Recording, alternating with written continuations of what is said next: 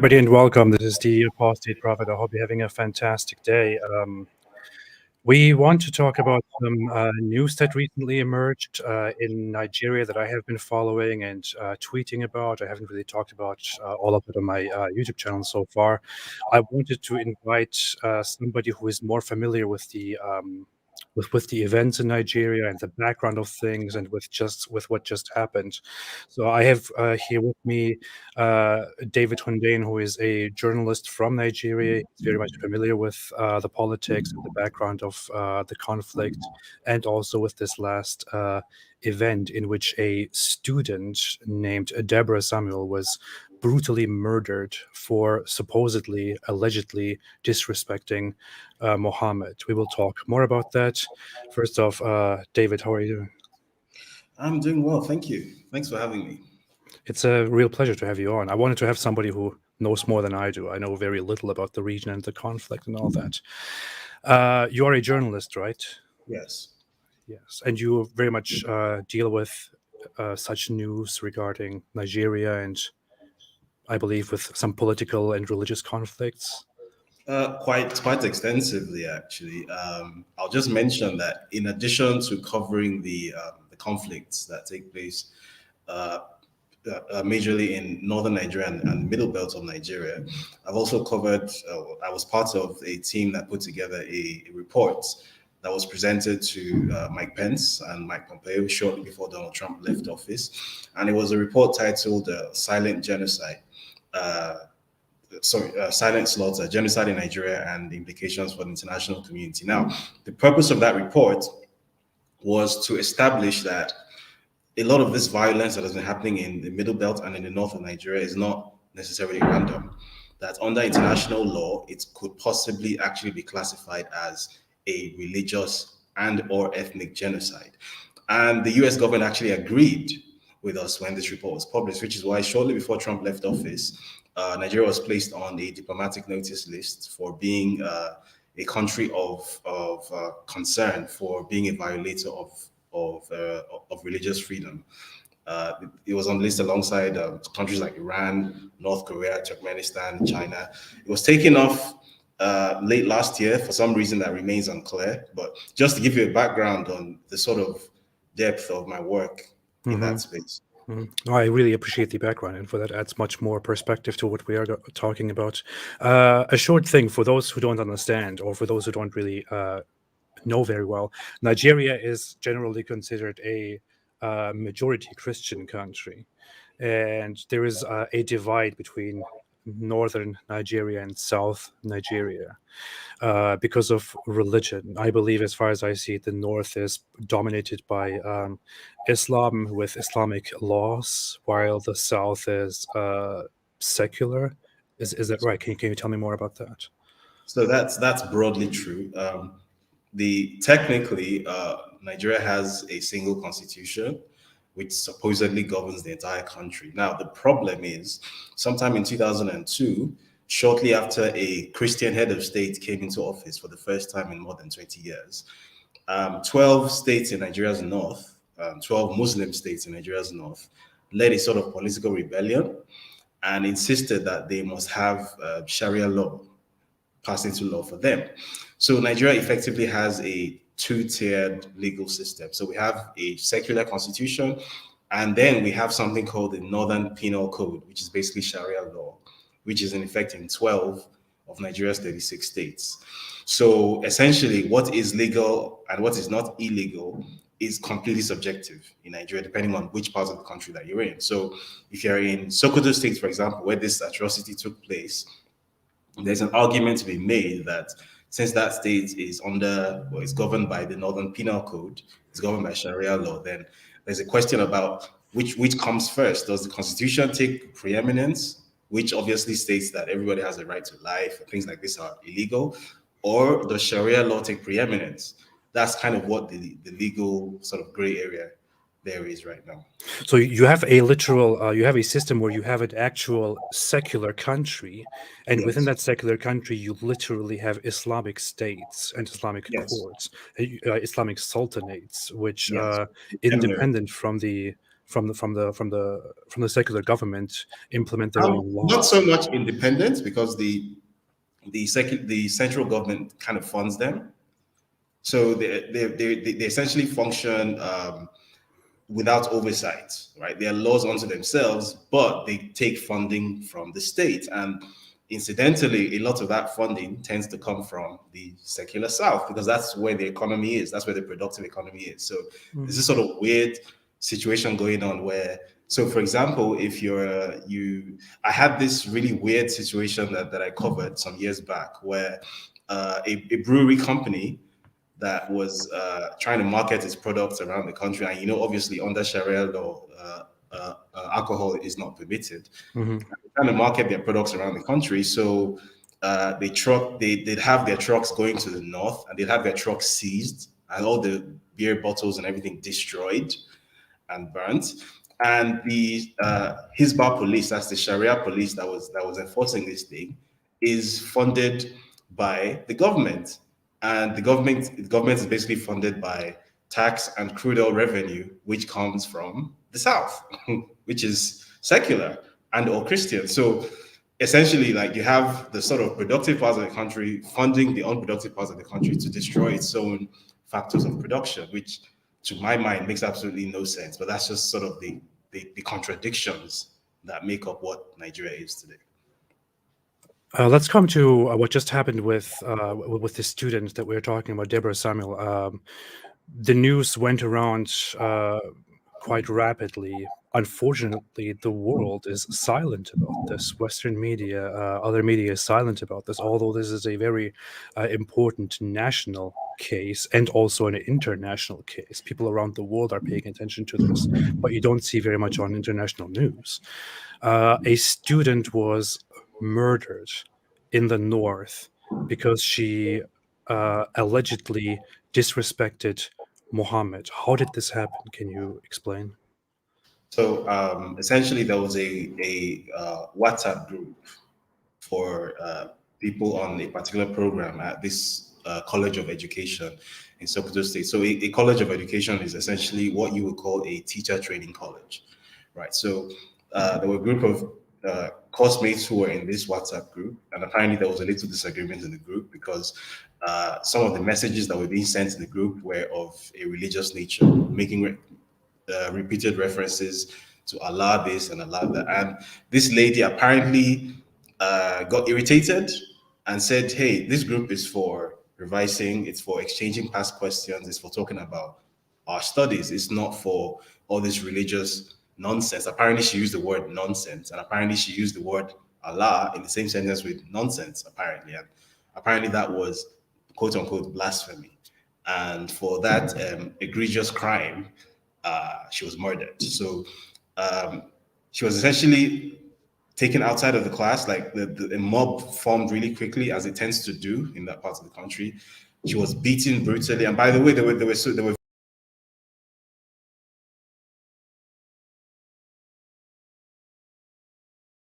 I lost him. We probably haven't had a connection issue. He might be right back, which is a very unfortunate. We were just getting into it. Yeah.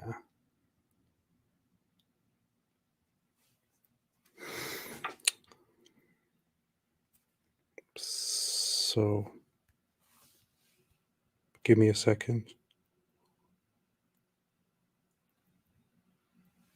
Okay, he's back. We just lost you for a second here. Right, sorry, I think it was a Wi-Fi thing. So she was beaten brutally. She became unconscious, and then she was set on fire.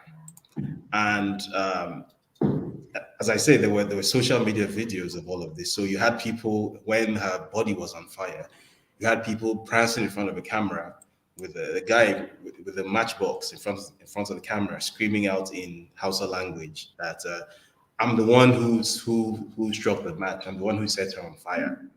I'm the one who did this. And he sounded and looked apparently really proud of himself. And he had a small crowd of people around him, also sort of, I don't know, protesting, jubilating, celebrating, whatever that was, around the burning corpse of a 21-year-old woman who apparently deserved to die because she sent a message to a WhatsApp group stating that the group is not for the purpose of exchanging religious messages, but it's for the purpose of exchanging past questions.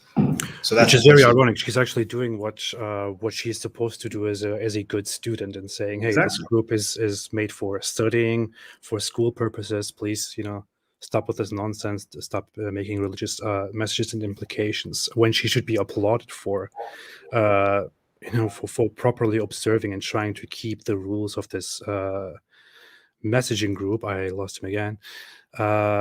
She is brutally lynched and punished and killed and burned by a mob, uh, supposedly because it is disrespectful to Islam and to Allah and to Muhammad, because it is supposedly blasphemy. She says this group is for studying. Respect this group. She was a Christian, or she was a Christian, or she was definitely not a Muslim. Christian, I think, as far as we see the news. And because she disrespected some religious messages, apparently, by dismissing them as irrelevant to the group, she was brutally murdered. Most of the people who murdered her don't even know why exactly she is guilty, didn't even know why exactly they're doing this. All they did know is that this girl disrespected Islam in a way, and now she deserves to brutally die for that. And those who kill her are supposed to be praised as heroes. And you can see lots of messages made in the Islamist North on social media, on Facebook and other platforms, where you see people saying, "God bless you, brothers. You did a great job. You punished her. May others be punished too," and so on. So that is what happened in Nigeria just a few days ago. Let me see if we can get David back. We have you back. We're losing you. Sorry about that. No problem. You might have connection issues. That's totally all right. I just had to switch my Wi-Fi. Okay, no problem. I was just basically summarizing. She was a Christian, right? Yes. Yeah.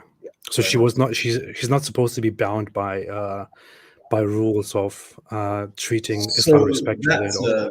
That's a very funny thing. So it's constantly insisted whenever this issue is raised that Sharia law only applies to Muslims. It doesn't apply to anyone else. So there's no, like, anyone who has any problem with it is being Islamophobic, doesn't like Muslims, is being a religious extremist, blah blah blah. So as long as you're not Muslim, and Sharia law doesn't apply to you. In practice, that is completely false. Because in this, and by the way, this is not the first time this is happening, or the second time, or the third time, or the fourth, fifth, sixth, seventh, or 100th time that this is happening in Nigeria. So clearly, even though it's not officially acknowledged, there is clearly the intention to subject people to a system of governance and to a way of life that they do not want to be subjected to, and that they have not consented to be subjected to. Yeah, so Islamic law is basically applied to people regardless of whether they are Muslim or not, as long as they live around Muslims. I've seen messages of people saying, "In our jurisdiction, you do what we say. You respect our religion, or else you will suffer the consequences," and things like that. That's how it goes. Apparently, I saw an image of an imam of the mosque of the National Mosque of Nigeria, as it's called, or Yes.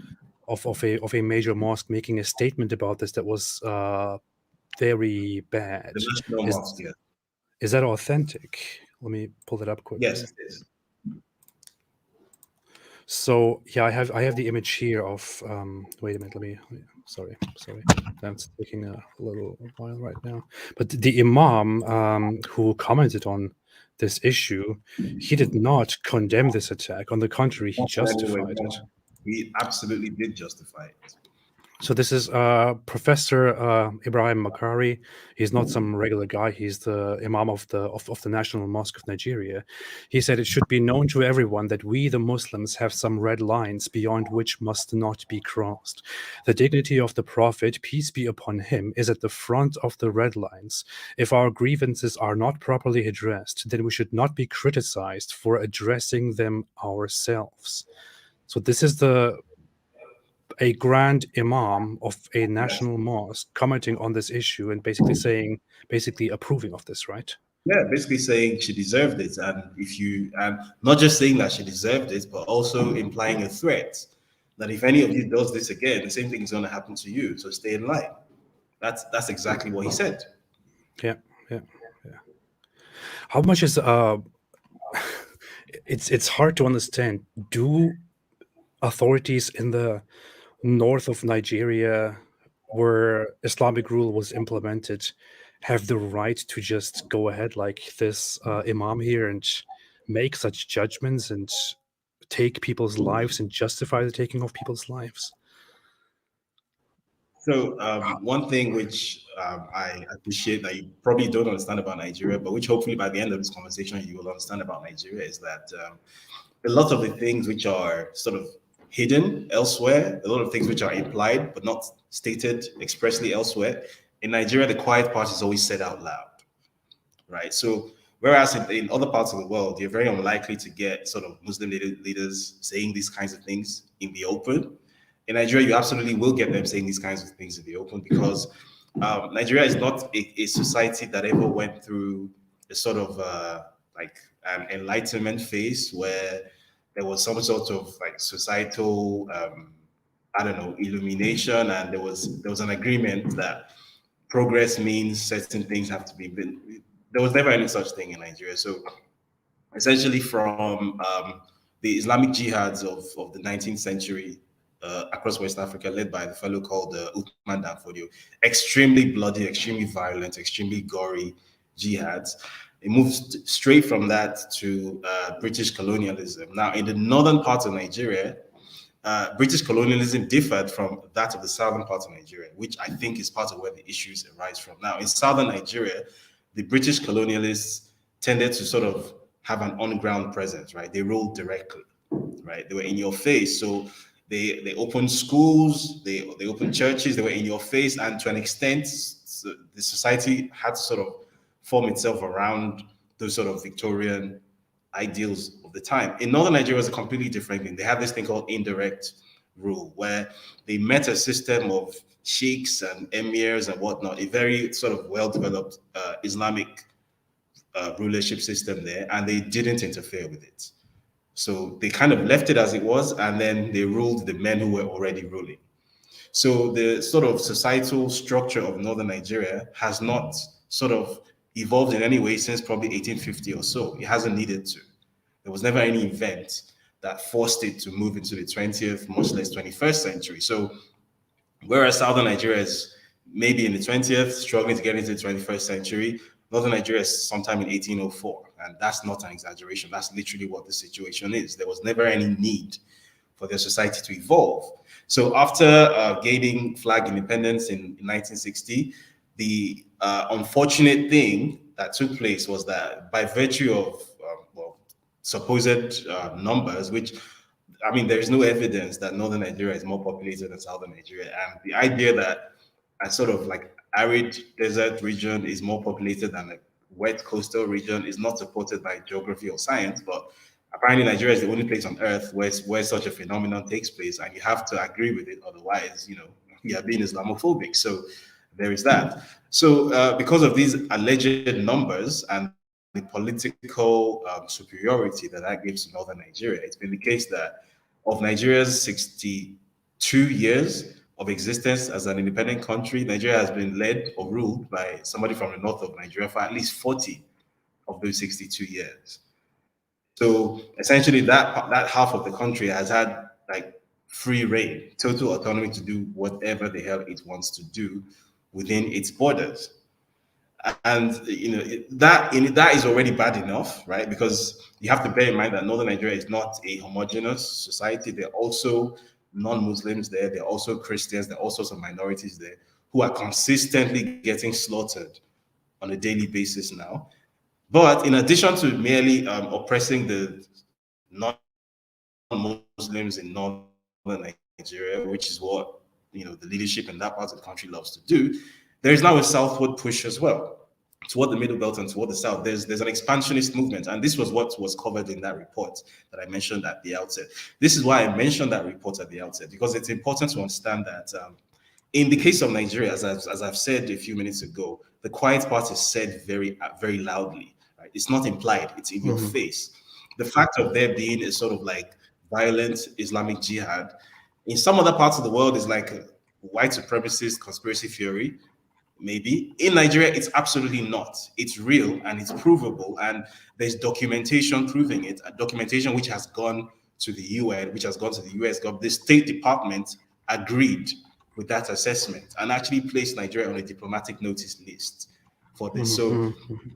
Nigeria is a very different kind of society to anything that you're familiar with. Nigeria is the kind of society where you're unlikely to find people who are going to do I watch your channel and I see the debates that you have, and a lot of these debates, there's a sort of like disingenuousness that you constantly have to sort of push back against. People Mhm. constantly lying or pretending not to know what they obviously know, or just straight up. In Nigeria, no, they tell you straight to your face that this is Yeah, what it yeah. is, and we're coming to dominate, we're coming to control, we're coming to rule you, and there's nothing you can do about it. It's sort of in your face. And the unfortunate thing is the outside world doesn't really I guess for some very complex political reasons, it's not really the policy of the outside world to directly involve itself, to get involved in these things. So as you mentioned earlier, this thing happened last week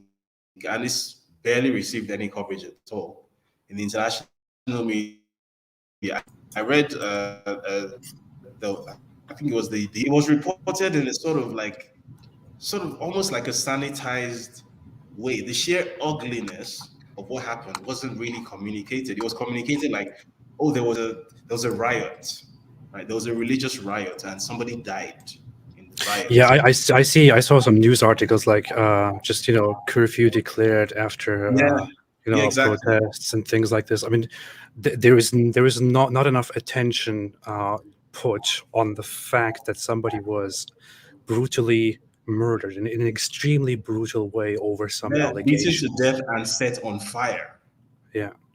To get that right, I assume that the people who ran into that and ran after her and participated in lynching and beating to death and killing and burning her probably didn't even really know what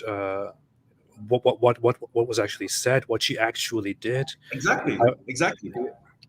So I, how? Let me give you a very clear example of how this works in northern Nigeria. Right, sometime in I believe it was 2008, there was a solar eclipse that took place in it was in a city called Maiduguri in Borno State, which is in Nigeria's northeast.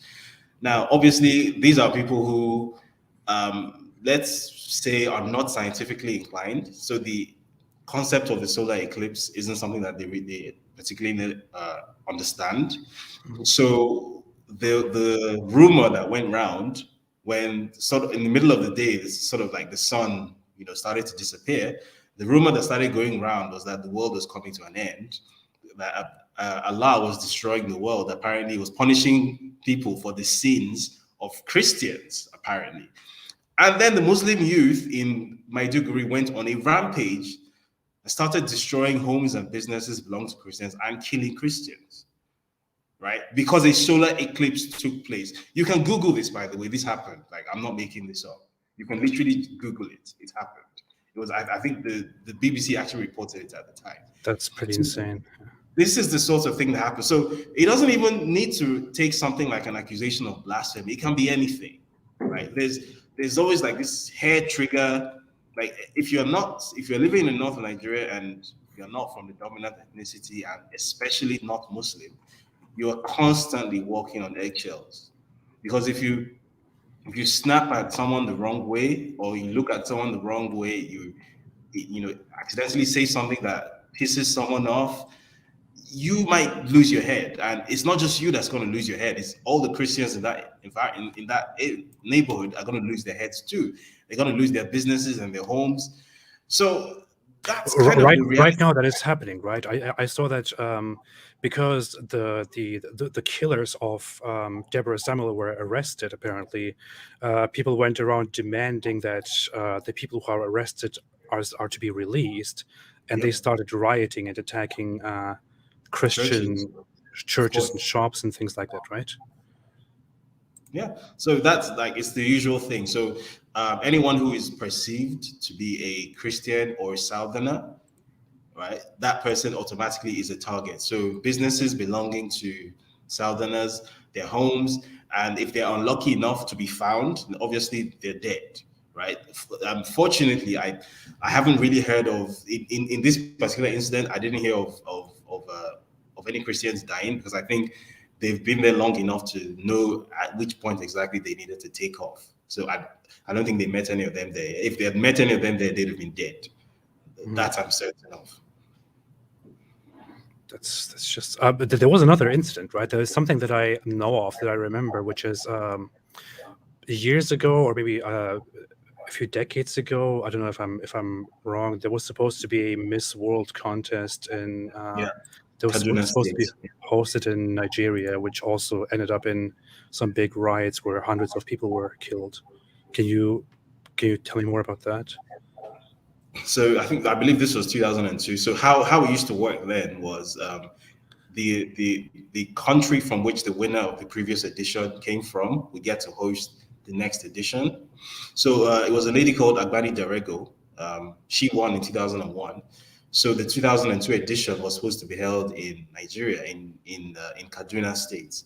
And apparently, the idea of a female beauty pageant was so offensive to the sensibilities of the imams in Kaduna State that they instigated their followers to go on a rampage. And what took place at that time, it was a bit more than a riot. Like I like the way he called it a riot. It was a bit more than that. It was shall we say one or two steps below.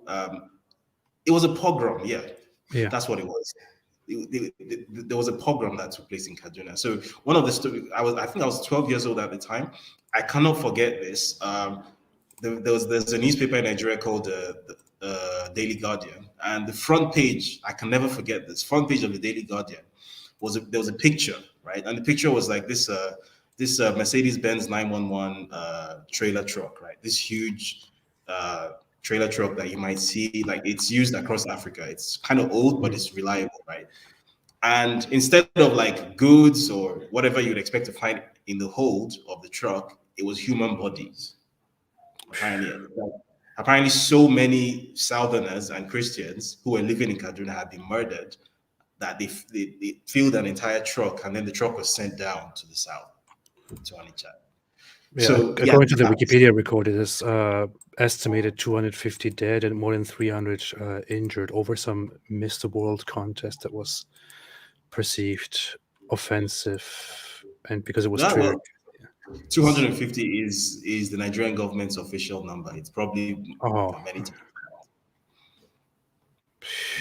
I don't know. It's really insane. How is this supposed to go on? I mean, there is obviously an incompatibility between the south of Nigeria, which seems to be more advanced, following the times that we are in, and the north of Nigeria, which seems to be wanting to hold on to brutal Islamic laws. How is this supposed to continue? Is there like a partition or something like that in expected? So this is where things become a bit complicated because in addition to simply wanting religious dominance over their own domain, the ultimate goal, the ultimate ambition is expansionist, right? So it's not just a simple case of we want to be northern Nigeria and we want to be separate from you. We want to have our little Islamic republic, that kind of thing. Because I don't think There are many people in southern Nigeria who would oppose that. I certainly wouldn't.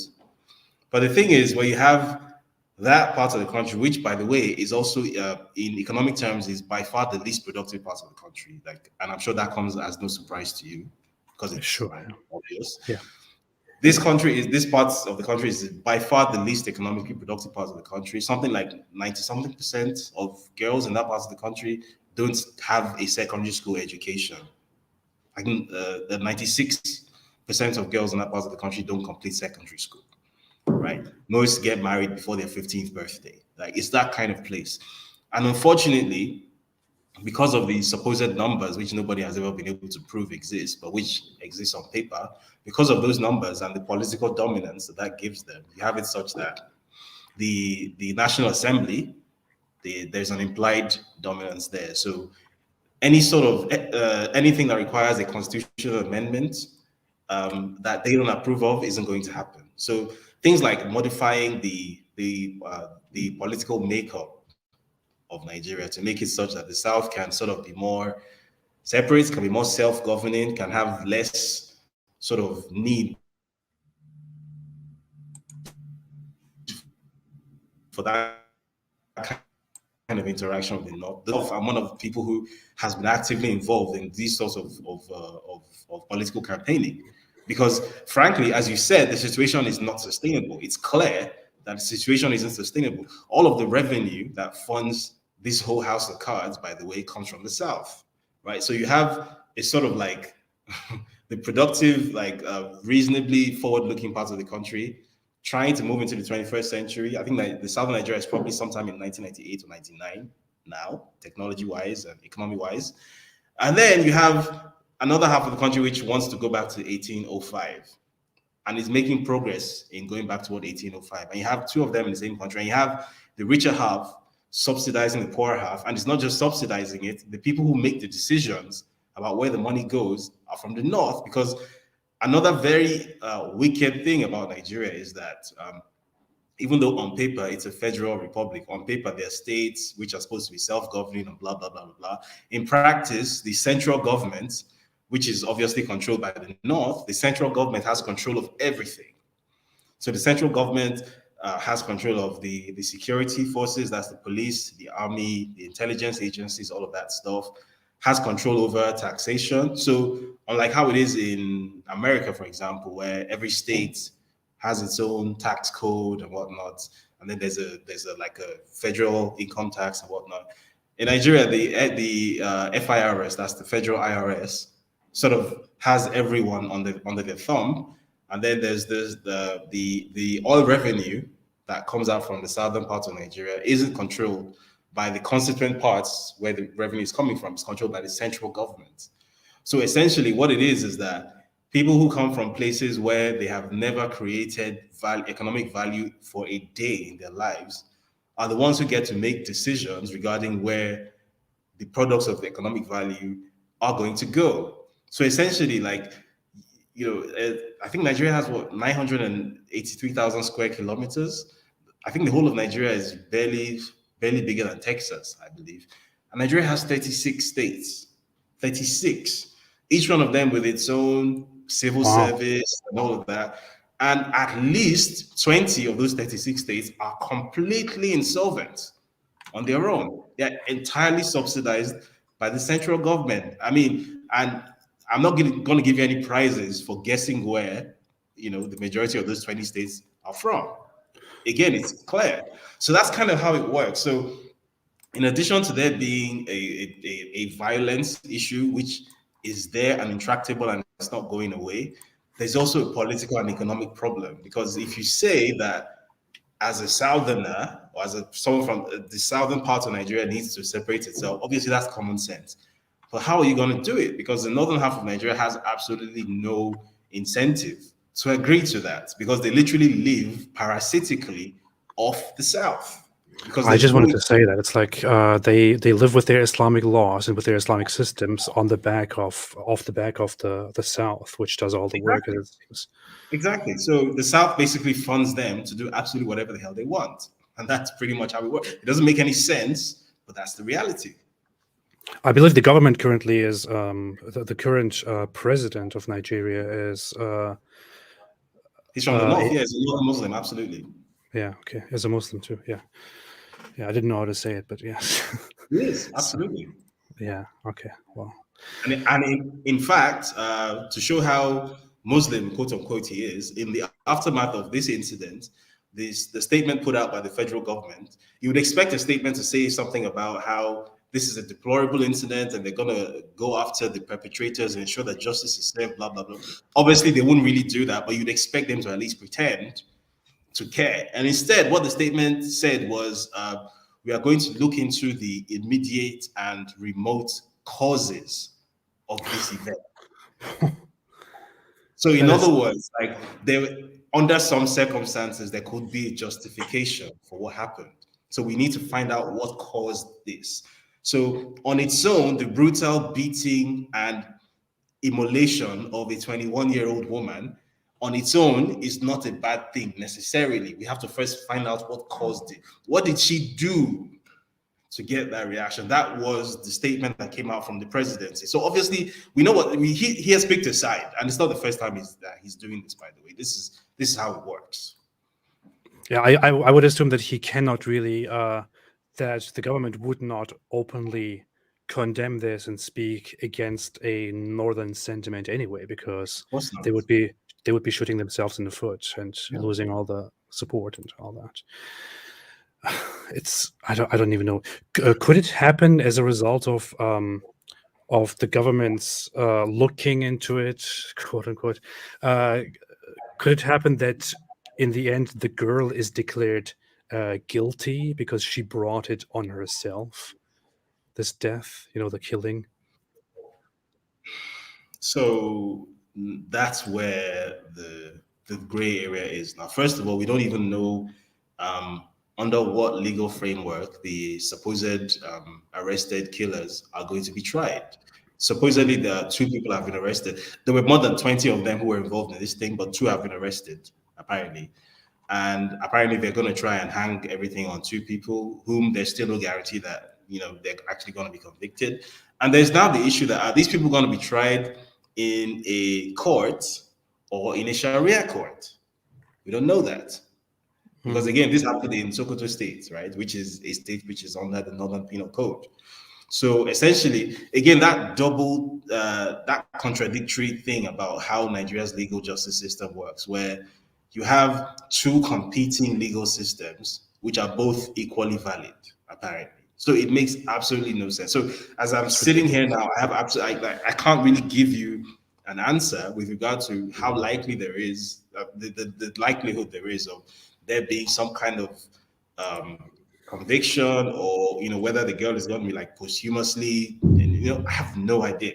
It pretty much depends on what side of the bed the attorney general of that state woke up on. And obviously the attorney general of that state is very likely to be an Islamic lawyer, right? Because Yeah. again, there's this funny thing that Nigeria does where like the current attorney general of the federation, the country's attorney general, a guy called Abubakar Malami, is somebody who comes from a background that you wouldn't exactly describe as like distinguished case law or anything, but that's what he is because he comes from the right religion and the right ethnicity, and he kowtows to the right people, and he has obviously picked his side.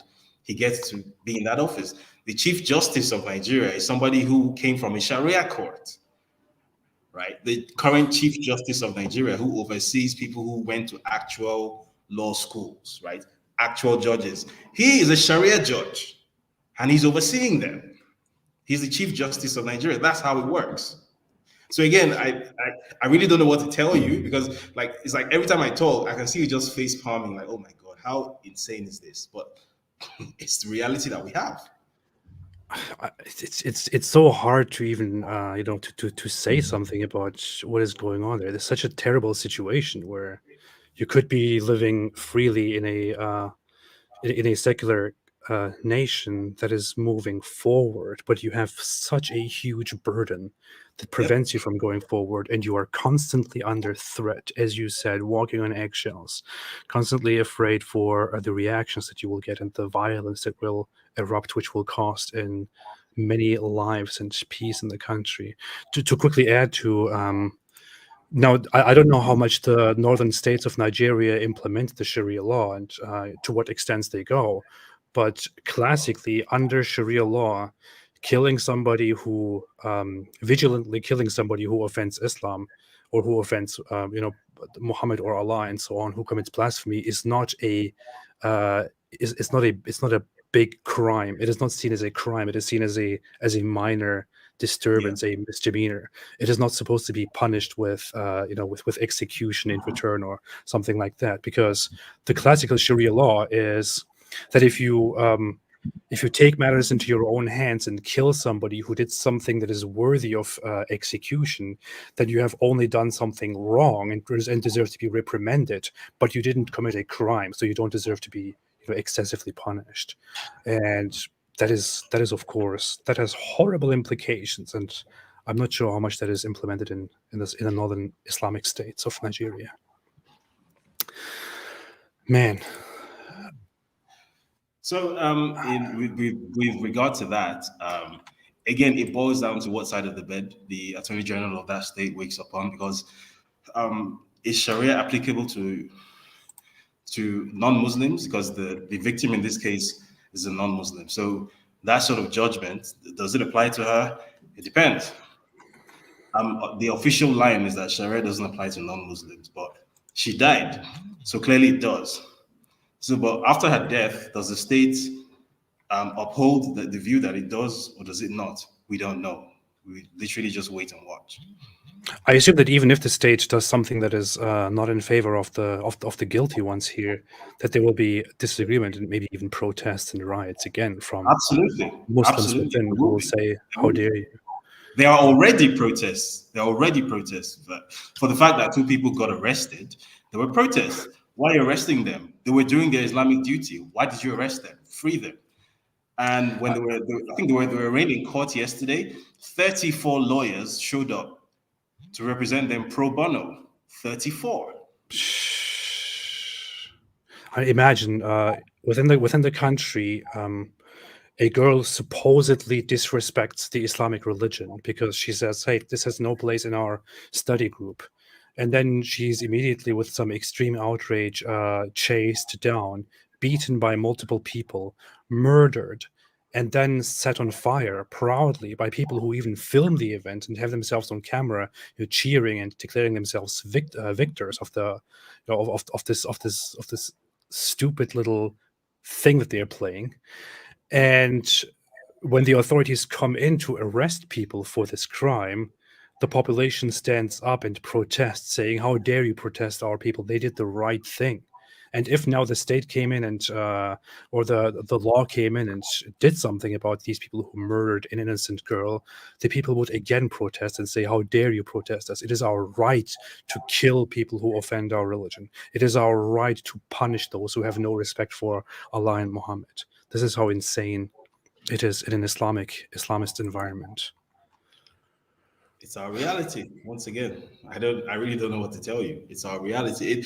It's a really weird situation for me because I work both in the Nigerian and West African space and in the international space. So I get to see a lot of these conversations in the international context, where the word Islamophobia is thrown around a lot, and sort of an aversion to Islam is associated with white supremacism, Mm. uh, especially in Europe and North America. Yeah. And I always find it really weird just how different the situation here is, right? Because I don't know, maybe that's the case there. I'm not from Europe, I'm not from North America, I'm from Nigeria. But in my reality as a Nigerian, I don't really think the word Islamophobia is a meaningless word in my context. Because how Yeah, can you have a phobia for something which is going to kill you? It absolutely. genuinely is going to kill you. I mean, I'm atheist, for example, right?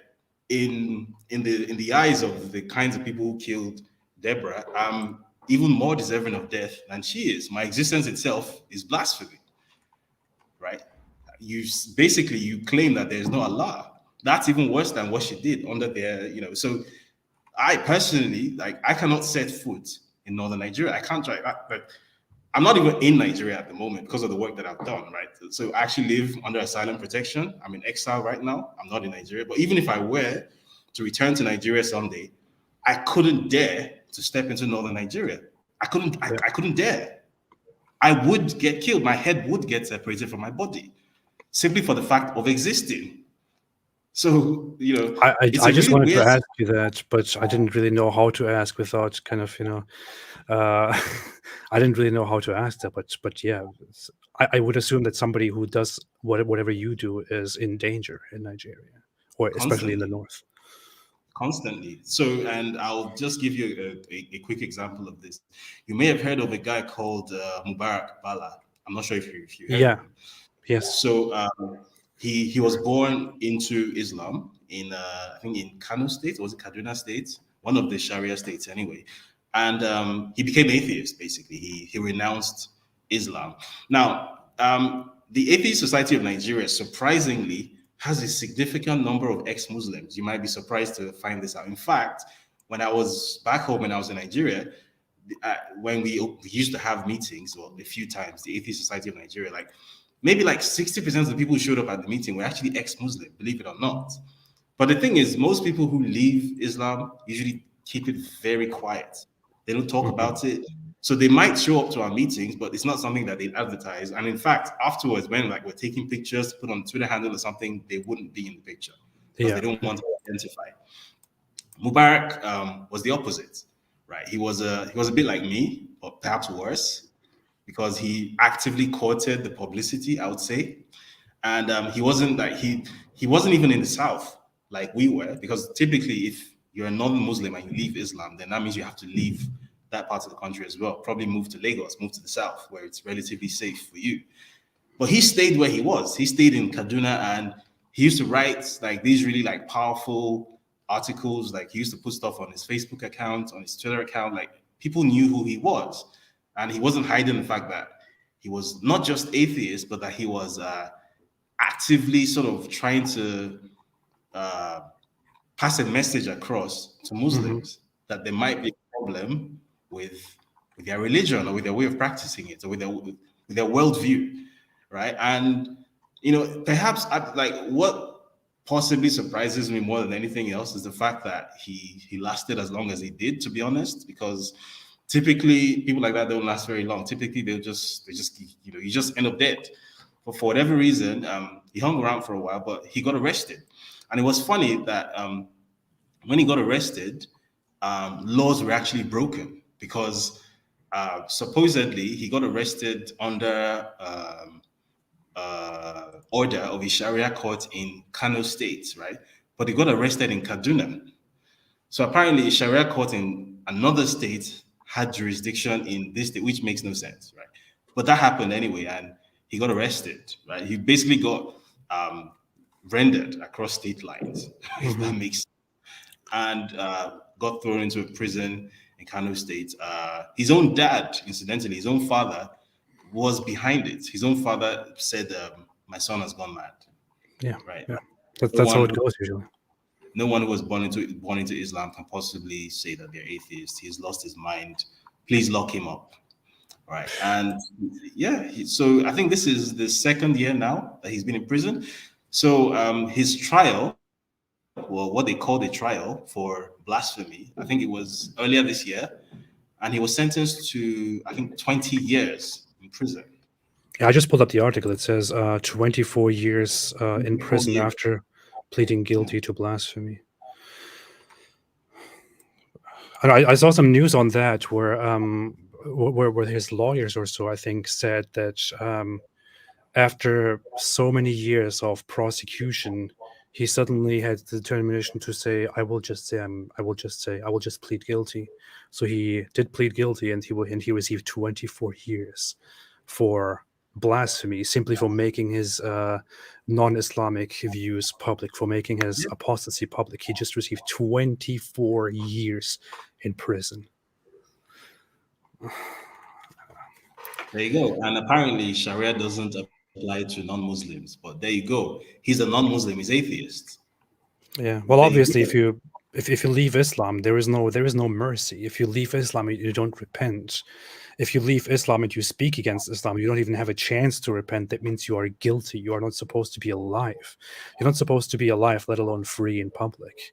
That is how the Islamic law works. All right. I want to pull up some. What do you think will?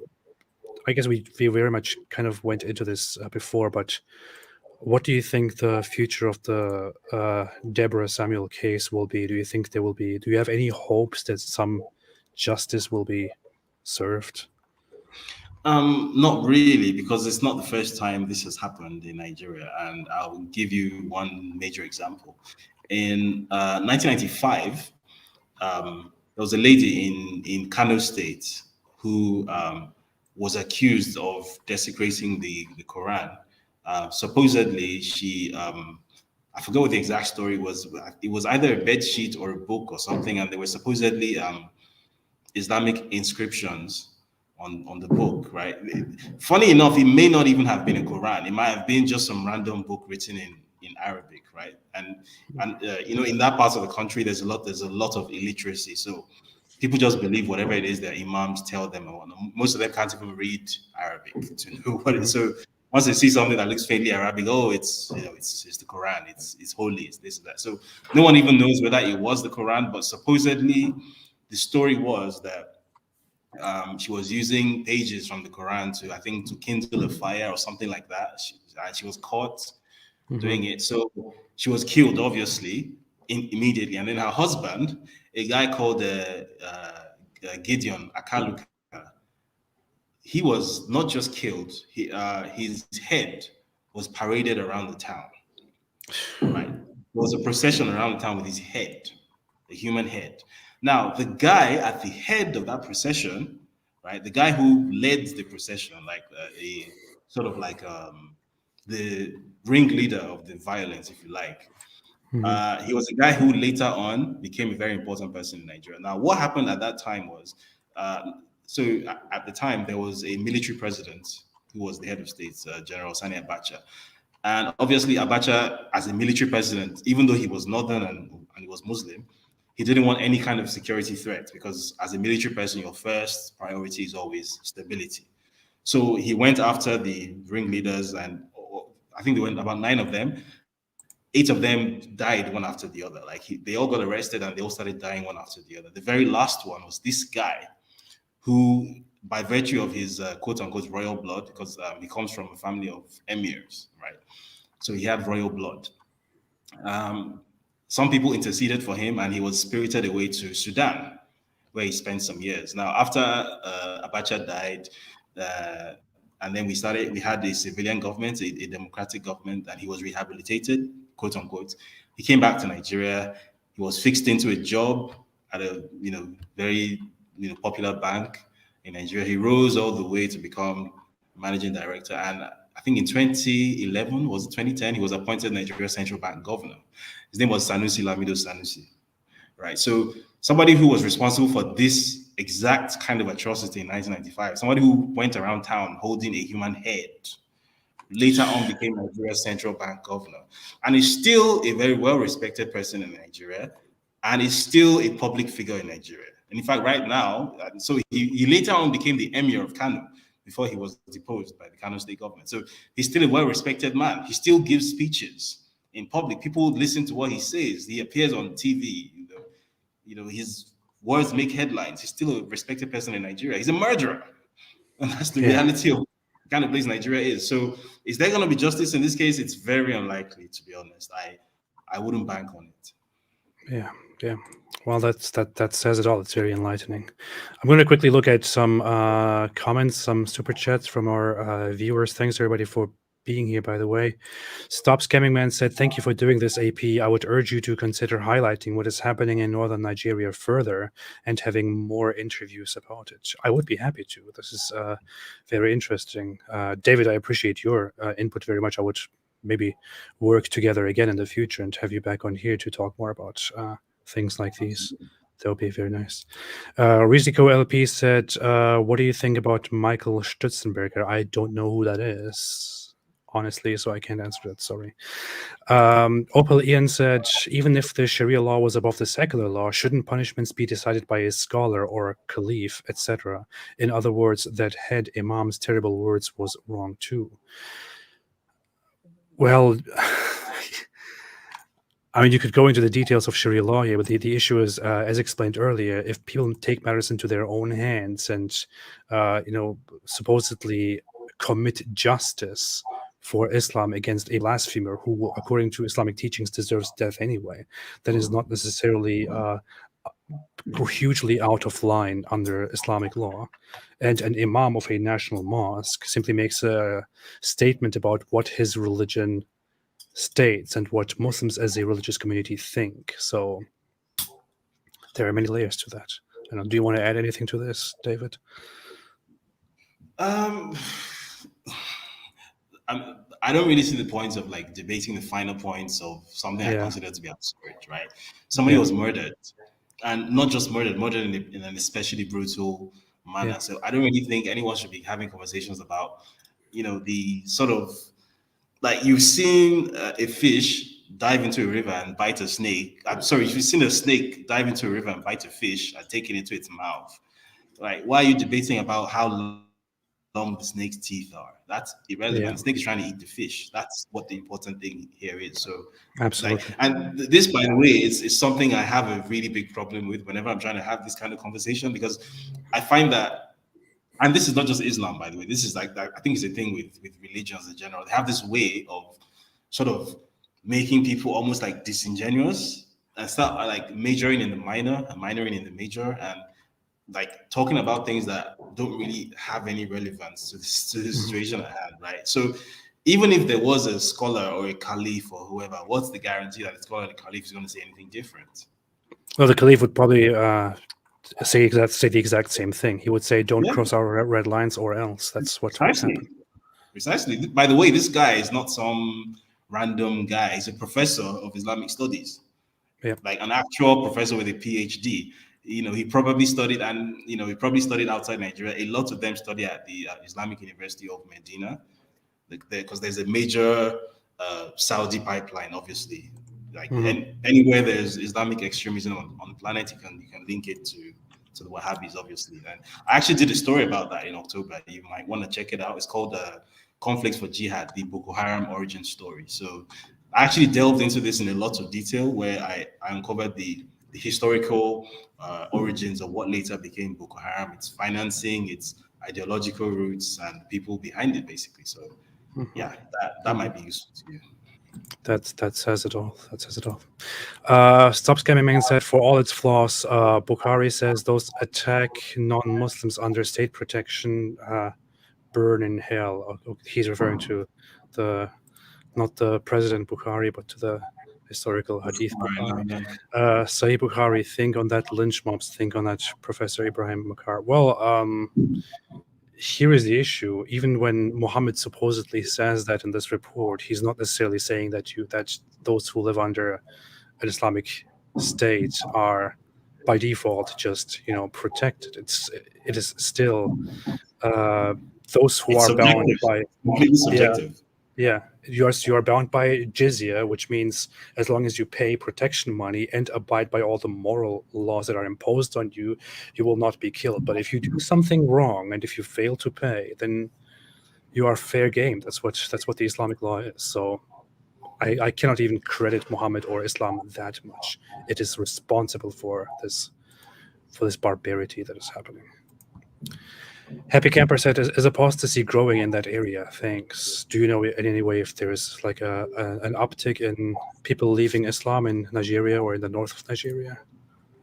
Um, yes and no. Yes, in the sense that obviously, as I mentioned, my experience at the Atheist Society of Nigeria, there was a surprising number of ex-Muslims from the north, and those were the ones who were brave enough to come to the meetings or to even identify, even in secret. Many of them would just sort of disappear and you just not hear Mm, from them. So, but the real problem here is that because of the nature of political Islam, right? Because Islam and political Islam are not necessarily the same thing, right? Political Islam is a lot more toxic.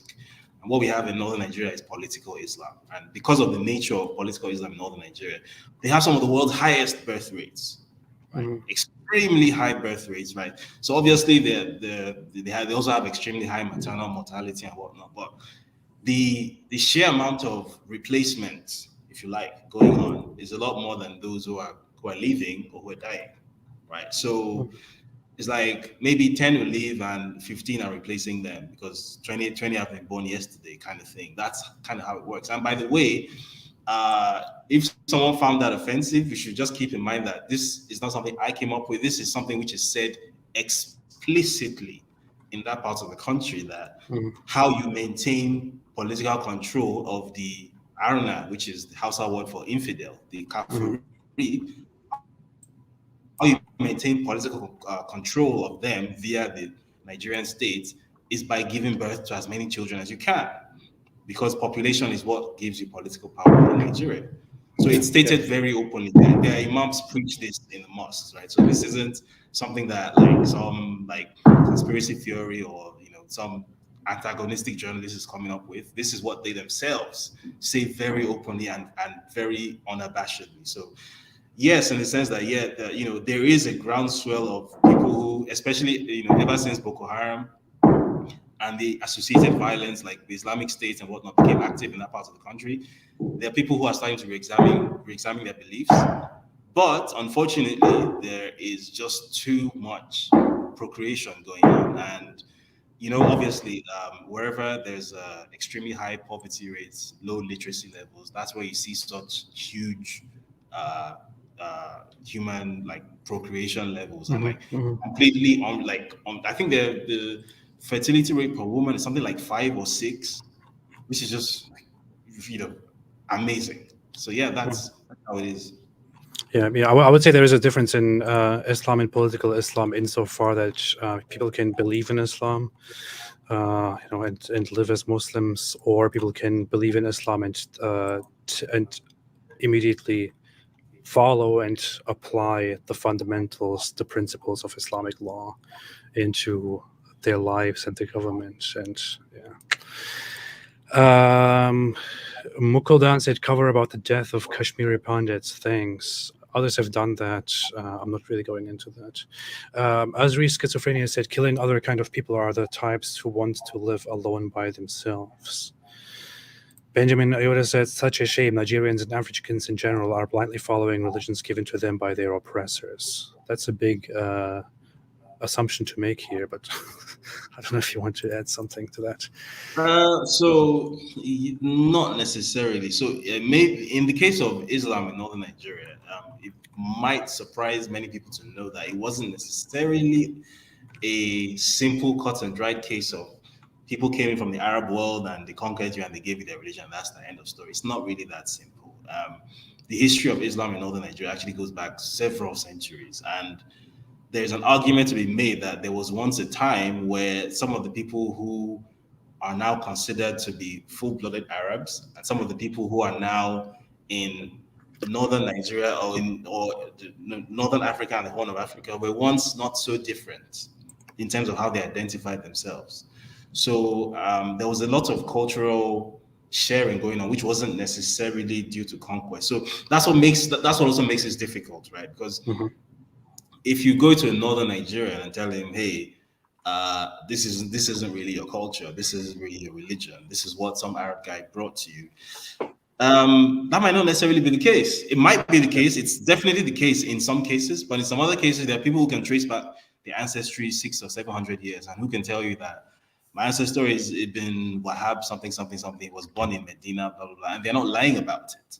So it's really complicated, because that just brings in a whole other issue of like racial identity dynamics, and there's this funny racial hierarchy system they have going on up there. So the ones who consider themselves to be, but I forgot to mention this, they're actually indigenous Arabs in Nigeria as well. They're called the Shua Arabs, right? They exist. Yeah, so there's this really funny racial hierarchy thing going on up there as well. So the Shua Arabs, and then the Kanuri, and then the Fulani, and then the Hausa at the bottom, and it's just really, really complicated. So it's not as I know I've heard about the Fulani tribesmen and things that have gone on over the last decade or so, and longer than that. But I guess it's a very long topic in and of Yeah, itself. that's a whole story on its own. Yeah, yeah. Well, Benjamin Oda said Christians in Nigeria need to read the Quran and Hadith to expose it and understand what the text says about non-Muslims. They do. I think everyone needs to read more from the Quran and the Hadith to learn what Islam says about all of us, which is why I am doing here what I'm doing, and I hope more people can pay attention to this. Hello, David. Any thoughts on starting a YouTube channel? Said Stop Scamming Man. Not really, because I have so much going on. So maybe when I'm in a less precarious situation, maybe when I'm not constantly looking over my shoulder, then yeah, but not just yet. No. I see. I see. 85 said, sickened to see so many people cheering such sadism. Deborah Samuel died for all of us freedom fighters. We should commission a statue for her. Pathetic. I know, but at least some memory why we do this. Yeah, yeah. She needs to be honored. I have some things in mind, but I don't want to talk too early right now. Deborah said, do you think those arrested, if convicted, will get more or less time than Mubarak Bala? Good Less, question. definitely less. Definitely Yeah. less. That's not even a question. That's if they're convicted. Definitely less. Absolutely. That makes me sick right now. I don't know. That really makes me sick right now. 85 said, even saying the word scholar next to a word Muslim feels like betraying Enlightenment values. ICE said the only solution is division or restructuring of Nigeria because millions of lives have been lost based on religious differences. Nota said, why are converted violent and not Arabic original? I don't know what that means, but do you mean people who convert are more prone to do violent things? That's debatable. There's something to be said for that, but I think that's debatable because are you saying that Arabs are peaceful necessarily? That's not necessarily the case. I mean, Yemen is an Arab country, isn't it? So I think the Arab world is wealthy. That's what it is. I don't think it's necessarily peaceful. I think it's wealthy, and I think the existence of wealth pacifies a lot of people and sort of covers over a lot of structural issues. If that wealth were to run out, God forbid, then I think you'd see a very different Arab world. I agree. I agree with that. I think the rule here is also something that people observe, which is that many people who grow up in Muslim cultures in the West, in Muslim families, live their lives more peacefully than some people who convert to Islam and immediately become very radical and all that. But that's just a different pattern. Debo Joe said, how much of the Fulani aggression is religious versus land disputes? What do you think? That's it's the same thing. Let me just put it that way, right? As I said, this is an expansionist way of seeing things. Political Islam is expansionist. So it's not just about forcing you to adopt a religion. It's about gaining territory. It's about gaining influence over territory. Because when they come to you, it's not as if you say, "Oh yes, that's the end of that." They're just going to shake your hand and be like, "Oh yes, now you're our brother. That's it." No, they're going to install an emir or somebody who's going to rule over you, and then that has become their territory. So it's the same thing, right? And by the way, this has been done extensively in Nigeria. There are places in Nigeria which maybe just 60, 70 years ago, the demographics were completely different. And in just 60, 70 years, like they've become like almost 100% Fulani now. So an example of this is a place called Wase in Plateau State. Now, around independence in 1960, it was populated by the indigenous people, the Jukun people, the Tarok people, who were predominantly African traditional religion adherents, or Christians, predominantly. And as I speak now, that same area was is 99 point something percent Fulani Muslim, right? So that sort of rapid change in demographics didn't happen by accident, right? This is something which even the state itself has knowledge of. So one of the ways this is done, for example, is this thing called grazing reserve. So you may or may not have heard of this constant back and forth dispute in Nigeria between farmers and so-called herders, cow Yeah. herders, who are basically like Fulanis, right? So what it is one of the government's supposed ways of solving that problem is to go and buy large expanses of land from indigenous people and then parcel it out to these herders and claim that this is for ranching, right? So that they can settle, so that they can start doing settled agriculture instead of nomadic agriculture, which sounds reasonable. But the problem with that is essentially you are taking huge swathes of land. And by the way, you are taking these swathes of land through government fiat, right? Nobody Mhm. sat down and had a conversation with you. Nobody agreed to give you the land. You just took it because you're the state and you have that power. By the way, the Nigerian government owns all land in Nigeria. Nobody owns any land in Nigeria under the Land Use Act. If you buy a plot of land or whatever, you don't have a certificate of ownership. You have a certificate of occupancy for 99 years, after which it reverts to the states, and you pay ground rent every year. So the state owns all land in Nigeria and can take it away from you at any time. I see. So essentially, using government fiat, the government takes away large swathes of land from whoever the hell they want to take it from and gives it to this specific ethnic and religious group for them to do with as they see fit. So you have an area which maybe was 80 something percent indigenous or and Christian or animist previously. Now it's like 90 something percent Fulani and Muslim because that place was bought up by the government and given to some people as their grazing reserves or whatever.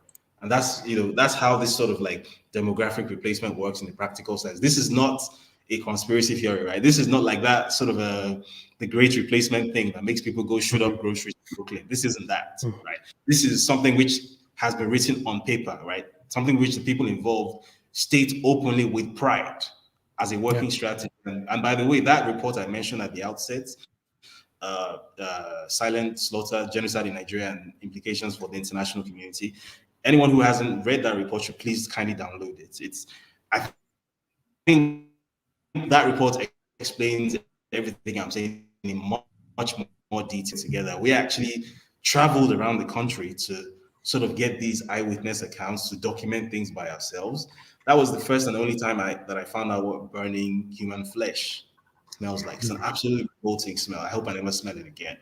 We went to a place called Kajuru in Kaduna State. We actually documented some of these things shortly after they happened. So, and this report went to the US State Department and the US presidency. What we were trying to do at the time was trigger this, I forget what it's called, but it's an American law that states that it was introduced in the aftermath of the Rwandan genocide in 94.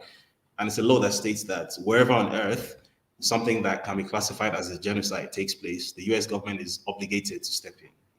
So we were basically trying to trigger the US government to use its own legislation to basically, give us some help, right?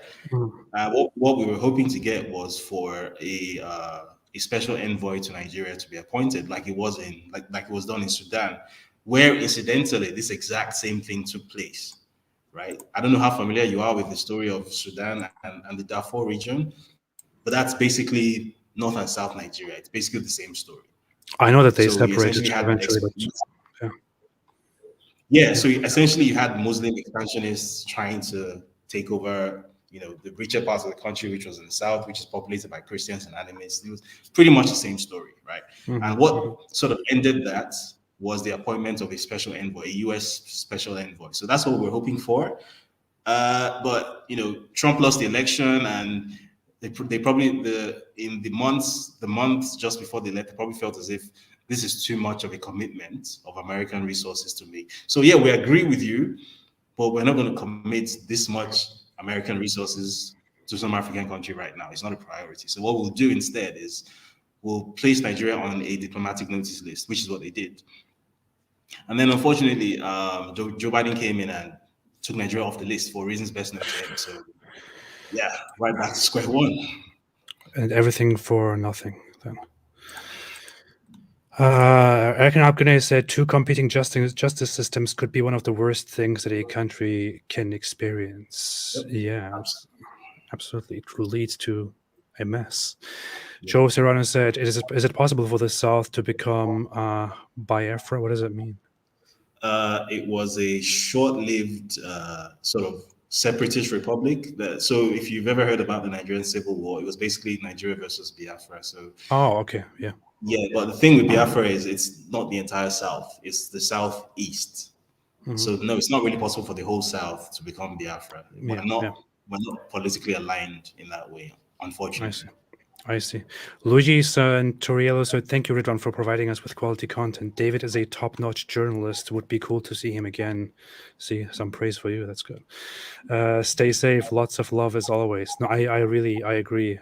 David, I've been following your work on Nigeria-related issues. People suggested that you should come here and speak. And I think that was a very good choice, and I would love to have you on again. Love it. Number one CO said, I love you, AP. Keep it up. Thank you so much. And lovely YB made a super sticker, which I cannot see right now, but I appreciate that very much too. All right. We come to the end of our conversation. ICE said, what's the solution out of this, David? I think he very much went into it in length, and it just seems like I guess what I get from everything you said is that some partition should take place. That's Yeah, there I'd needs to be some sort of political what's the word, demarcation between North uh-huh. and South, because presently there is a master servant relationship. There's a Hmm. parasitic relationship which is unsustainable, right? And the reason it's so much of a worry for me personally, is that I mean I have family back home, right? There's Hmm. not everyone can run away, right? There's a 70, 80 odd million people in the south of Nigeria. Where are they going to run to? The world doesn't have space for 70 or 80 million refugees. So something has to be done to keep that part of the country at least stable, right? And this sort of thing is unsustainable, because history tells us that where these sorts of tensions continue to exist and they're not addressed, and people just get angrier and angrier and angrier, which is happening, and then people start to arm themselves, which also is happening, what eventually will happen one day is Somalia, Yeah, right? yeah. And that's exactly not what we want, right? Like Somalia was bad enough, but Somalia was like maybe the population of Lagos. So when you have a country, a part of the country which is like 8, 9 times that population size, like does the world even, is there even a modern frame of reference for that size of humanitarian disaster in the past century? Maybe since the Second World War, I don't think we've seen such a thing. I don't think the world can accommodate such a thing. So that's why I'm really worried Yeah, about yeah. this. I understand. I was following some news about there was actually when I was looking into whether a certain law is still applied today in some countries. The law is, according to the Quran, people who cause mischief or spread corruption, whatever that means, are supposed to be executed by cutting off their hands and feet from opposite sides, or crucified, or just killed, or exiled, and so on. And I was wondering if anyone actually applies this punishment still. And I found reports that in Somalia, the Islamic authorities were Yep. actively applying such punishments, cutting off hands and feet from opposite sides of people who rebel against the Islamic authority, and then putting them on display and letting them bleed out, basically. And I don't know. You don't want things to go there. Yeah. What am I going to say? Anyway, thank you so much, David, for this. It was very enlightening. I hope that in some way justice will be served soon or one day. I hope more such cases like that happened to the student here, Deborah Samuel, who was brutally murdered, tortured, murdered, and burned simply for not respecting Allah and Muhammad. Hope such things will not happen more. I hope things will get better, although it's a little bit hopeless as it seems. Do you have anything else that you want to add before we end this, David? To be honest, not really. Just a quick note that, as I mentioned earlier, there's a significant difference between how things work in Nigeria and how they work elsewhere. So, what I'm hoping people aren't going to do, which I suspect they will do anyway, but I'm still going to mention it. What I'm hoping people aren't going to do is take segments of this conversation and then go make it seem like, hey, this guy's aligned with, some Ku Klux Klan member or something. That's not what this is. Nigeria is a very, very different sort of society to the West, right? So there are certain implied standards of civility, of legality, and things that exist in Europe and North America that simply don't exist here. So a lot of the ways that people like myself interact with Nigeria are driven by simple self-preservation, right? We don't have the luxury of being politically correct. We don't have the luxury of being polite. We don't have the luxury of making you feel comfortable about the things that we're saying, right? But it's what burning human flesh smells like. And I assure you, it is the most revolting thing you will ever come across in your life. If you have seen what a 2-year-old's baby looks like with its head separated from its neck, if you've seen these things, which I have, then you'd understand that there are things that are a bit more important than your feelings or your political affiliations or whatever. So if you don't understand how Nigeria works, please, do some Googling and see what the reality of the situation is. I mean, we put together a report and we sent it to the US State Department, and the State Department agreed with us, right? The State Department has some of the world's most incredible research resources, right? Intelligence resources that they have access to, and they agreed with us. They agreed with our assessment. So that really should say something, right? These are not conspiracy theories. These are things which are very well documented. You may not be aware of them because, again, I guess Nigeria is just some African country. It's not really the international media's priority, but you can still find all this information if you look for it. So yeah, just sort of do some of that research, and then maybe you'll develop a little bit of sympathy for the positions that some of us hold. It just is what it is. We don't have, again, the luxury of being politically correct, because hey, those of us who maybe didn't fully realize the extent of trouble that we were in, ended up like Deborah Samuel. Yeah, enough has been said. I don't know. I don't know what else to add to that. But thank you so much, David. Where can people find you to follow you further with your reports? You're on Twitter. Is there anything else? Yeah, so I'm on Twitter. My name that you can see on the screen is the same name that I go by on Twitter. I also run a Substack newsletter. It's called West Africa Weekly. So that's westafricaweekly.substack.com. I write a Awesome. Business Day column for Nigerian viewers. There's a Nigerian newspaper called Business Day. I write a political and an economic column there 3 times a week.